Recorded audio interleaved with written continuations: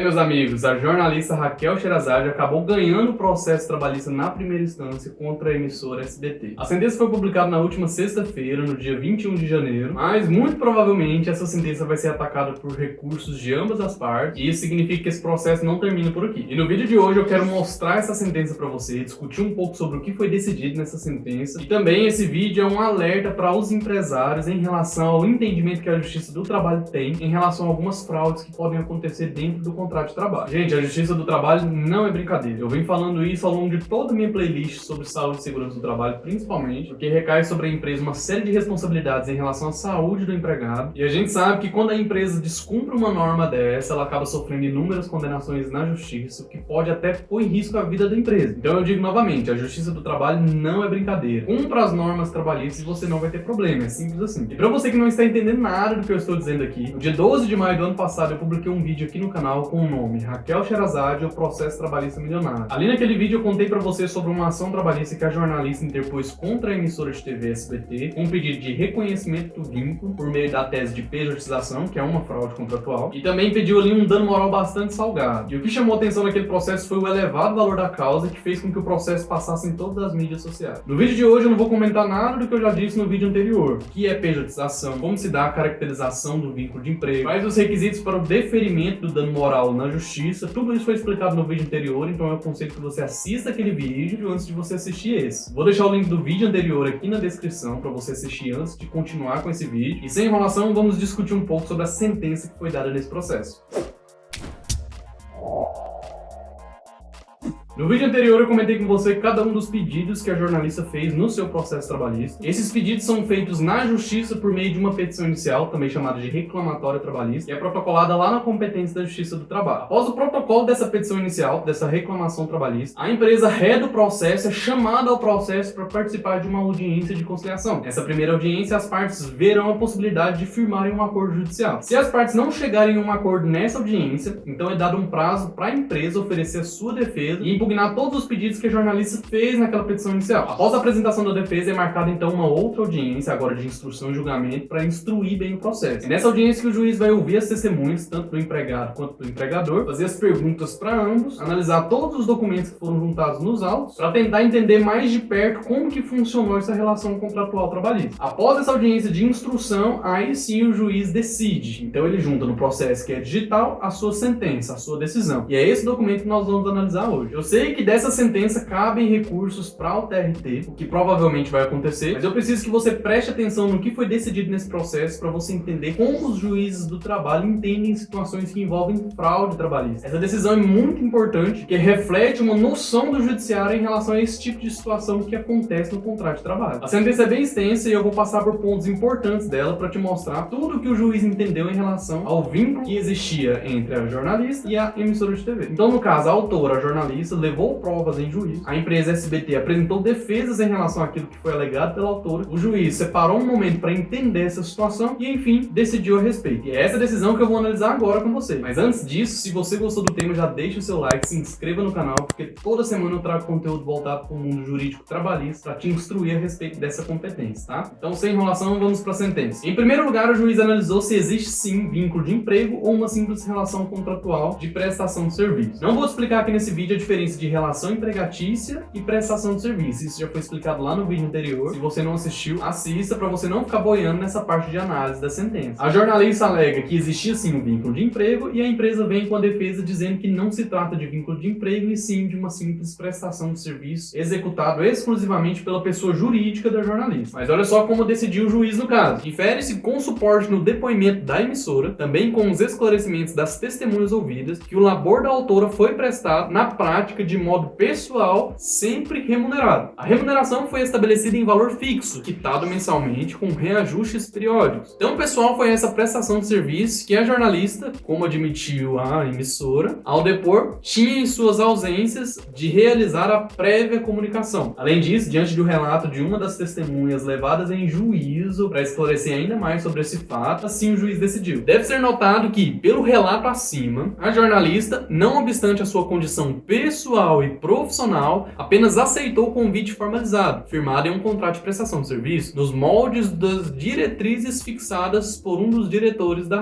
emissora. O juiz entendeu ainda que havia uma subordinação direta da jornalista em relação à emissora, olha só. De qualquer forma, contrariando os depoimentos lançados pelas testemunhas da emissora, aquela indicada pela reclamante atestou que o seu labor foi realizado de forma subordinada. Ainda deixa claro o juiz, o trabalho da jornalista, como está absolutamente claro, foi realizado em longo período, sem solução de continuidade, entre 2011 e 2020, sempre de modo habitual, pessoal, remunerado e, sobretudo, subordinado. Diz ainda que tal situação por si só já é suficiente para dar razão às assertivas lançadas na exordial, no que diz respeito à irregularidade da contratação da parte autora. De qualquer modo, a prova oral colhida, inclusive produzida pela emissora, deixou claro que a jornalista, repita-se, prestou sempre atividades profissionais vinculadas à mesma área, jornalismo, no período declinado na petição inicial, de modo pessoal, habitual, remunerado e, sobretudo, subordinado em favor do empreendimento comercial gerido pela reclamada, pela emissora. Lembra que eu te ensinei no vídeo anterior quais são os elementos fáticos e jurídicos caracterizadores da relação de emprego? Então, são exatamente esses elementos que o juiz está pontuando aqui na sentença para reconhecer que havia nesse vínculo da jornalista com a emissora uma relação empregatícia. E no trecho que eu vou ler agora para você, o juiz deixa claro que a contratação da jornalista como pessoa jurídica se deu por completa fraude contratual, lesando assim as normas seletícias. Olha só. Infere-se que eventual ajuste formal como pessoa jurídica serviu apenas para tentar a descaracterização de uma situação de fato, sempre existente. Essa situação de fato, lembre-se, foi consubstanciada numa prestação de serviço continuada com a atuação pessoal da jornalista no exercício das suas funções em favor da emissora. Diz ainda que os atos perpetrados pela emissora, como de praxe, procurando caracterizar situação jurídica distinta da questionada, ante o que aqui foi constatado, tiveram o intuito de mascarar o verdadeiro contrato de trabalho, o qual foi único durante todo o período apontado. Com esse entendimento, então, o juiz de primeiro grau reconhece que são nulos todos os contratos de prestação de serviço firmados pela jornalista com a emissora de TV, reconhece o vínculo de emprego dela como empregada da emissora, o que faz surtir todos os efeitos trabalhistas que seguem esse tipo de reconhecimento. Os contratos de prestação de serviço, portanto, serviam apenas como tentativa de desvirtuar, de mascarar a relação empregatícia aqui verificada, sendo, portanto, declarados nulos nos termos do artigo 9º da CLT. Também diz, dessa forma, caracterizadas as hipóteses previstas nos artigos 2º e 3º da CLT, reconhece-se a existência de contrato de trabalho entre as partes, iniciado em 2011 e rompido em 2020. Então é isso, o juiz entendeu que houve sim relação de emprego e condenou a emissora de TV a fazer o registro da empregada como pertencente ao seu quadro de funcionários. Mas olha só, antes da gente avançar um pouco, eu quero deixar claro uma coisa pra você. O juiz não chegou nessa conclusão tão rápido como você imagina. Aqui eu tô passando de forma rápida pra você entender e pra te mostrar os principais pontos da sentença. Mas o juiz avaliou durante todo esse tempo de processo tudo que foi dito na inicial, tudo que foi dito na defesa, tudo aquilo que foi dito pelas testemunhas, também pela reclamante e pelo preposto da reclamada, analisou cada um dos documentos que foram juntados nos autos, deu a oportunidade para as partes fazerem as suas razões finais, para só assim, depois de ter a análise de todos esses documentos, proferir a sua decisão. Então essa decisão é fruto de uma instrução processual bem minuciosa, e o que eu quero deixar claro para você é que o juiz não tirou essa decisão do bolso ou da opinião dele, não. A decisão do juiz é fundamentada em toda essa análise que ele fez dentro do processo, tá? Decidido então sobre o reconhecimento do vínculo de emprego, o juiz passa a analisar agora o dano moral, que foi pedido na inicial. Sobre o dano moral, você tem que ter assistido o vídeo anterior, porque no final daquele vídeo eu coloquei um áudio do apresentador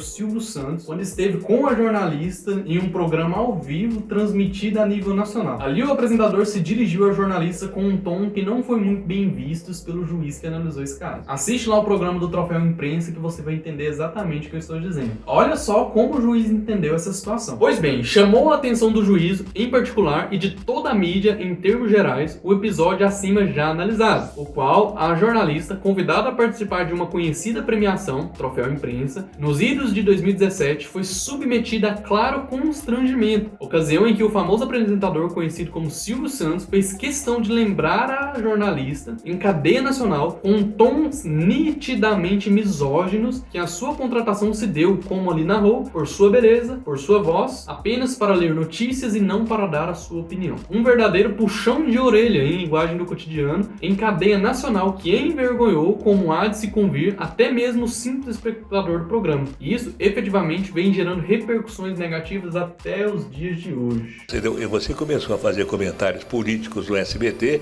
Eu pedi para você não fazer mais, né? Porque não pode fazer não, porque você foi contratada para ler notícias, não foi contratada para dar a sua opinião. Se você quiser fazer política, compra uma estação de televisão, vai fazer por sua conta, né? Aqui não, agora eu combinei com... Quando você me chamou para opinar. Não, chamei para você continuar com a sua beleza e com a sua voz para ler as notícias do teleprompter. Não foi para você dar a sua opinião. Nem eu, nem o Danilo, né?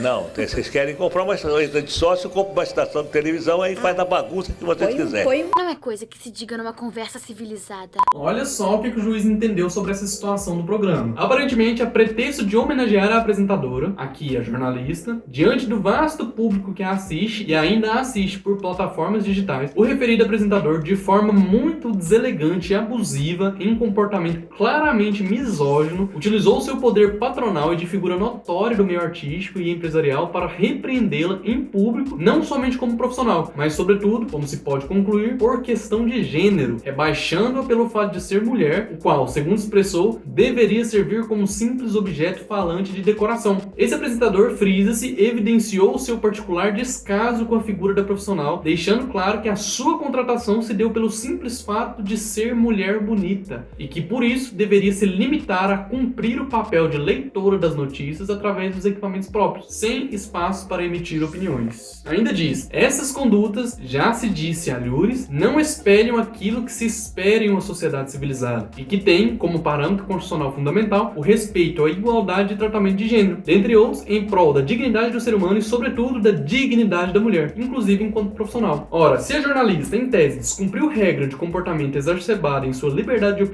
além dos limites fixados pelo empregador em sua linha editorial, caberia a este, o empregador, simplesmente através dos meios legalmente colocados à sua disposição em espaço institucional próprio e adequado, adverti-la, orientando-a para que situações do tipo não mais ocorressem, ou simplesmente, sem abusos, resolver o contrato de trabalho, ou seja, romper o contrato. Ficou a impressão, para esse juízo, que a jornalista, de forma proposital, foi levada a um ambiente de festividade formal, com todas as pompas de uma premiação em uma homenagem por sua excelência profissional, para receber uma sonora e constrangedora bronca ao vivo, sendo diminuída em público por ser simplesmente mulher, que aos olhos do referido apresentador, em razão de seus aspectos físicos, deveria se limitar a ler notícias. Apenas por isso, aliás, deveria ter sido contratada. Lamentável. O juiz ainda deixa claro nessa sentença o repúdio que o judiciário tem em relação a esse tipo de comportamento constrangedor que aqui foi exposto. Quando a mulher é tratada como um objeto, como se observou no presente processo, o poder judiciário deve atuar de maneira contundente a se evitar que o mesmo padrão seja repetido, até porque a violência não é praticada apenas em relação à jornalista, mas em relação a todo e qualquer profissional do sexo feminino. Para esse juízo, está claro que houve evidente agressão moral, agravada por ser praticada em momento totalmente inoportuno, num evento público e que, em tese, deveria ter servido para homenageá-la como profissional. Os danos psíquicos daí decorrentes seriam presumidos, e re ipsa, se tudo o que foi analisado já não fosse muito claro. Nesse passo, temos que a violação do direito subjetivo está evidenciada, devendo ser reparada. Então, o juiz desse processo entendeu sim que, além do reconhecimento do vínculo de emprego, houve sim uma atitude do empregador capaz de gerar dano moral indenizável por algum valor. E mais uma vez eu dou um alerta aqui para os colegas empresários. Justiça do trabalho não é brincadeira. Obedeça a norma trabalhista que você jamais vai ter problema desse tipo. Então, basicamente foi isso. A sentença, como eu disse, é bastante extensa, mas esses foram os principais pontos que ali foram expostos. O juiz entendeu que houve sim fraude na contratação, ou seja, ele reconheceu a pejotização, e os efeitos desse reconhecimento é sim o registro e o reconhecimento também do vínculo de emprego da jornalista com a emissora de TV, e isso traz inúmeros reflexos dentre salários e todas as verbas trabalhistas que envolvem esse tipo de registro, e também entendeu que houve dano moral capaz de ser reparado por uma indenização em razão de um comportamento que o juiz considerou misógino do apresentador, dono da emissora. Ou seja, isso tudo significa que no primeiro grau a jornalista levou a melhor nesse processo. Mas, como eu disse, muito provavelmente essa sentença vai ser atacada por recursos e essa matéria vai ser novamente analisada pelo tribunal. E lá no tribunal a gente vai poder ter uma noção também de como o tribunal aprecia esse tipo de situação. Dessa forma a gente consegue estudar e saber como entende o tribunal sobre esse assunto quando essa matéria for discutida em alguma sessão de julgamento. E quando esse dia chegar, eu trago aqui o acórdão pra gente discutir e tentar extrair o máximo possível dessa decisão, tá? Mas até lá, vamos aguardar e a gente pode discutir aqui nos comentários o que você acha a respeito de tudo isso. Qual que é a sua opinião? Você acha sim que o apresentador agiu com misoginia, com discriminação de gênero em relação a jornalista? Deixa aqui nos comentários pra gente discutir mais e construir um conteúdo jurídico bastante relevante para aumentar ainda mais o conteúdo na internet sobre direito do trabalho. Se você gostou desse assunto, se você gostou desse vídeo, se ainda não deu o like, por favor, nos ajude com o seu like. Verifica a sua inscrição, porque ela é muito importante para você ficar por dentro de todos os assuntos voltados para a seara trabalhista que eu trago aqui toda semana. Te espero então em outra oportunidade para a gente discutir mais sobre direito do trabalho. Um abraço e até lá!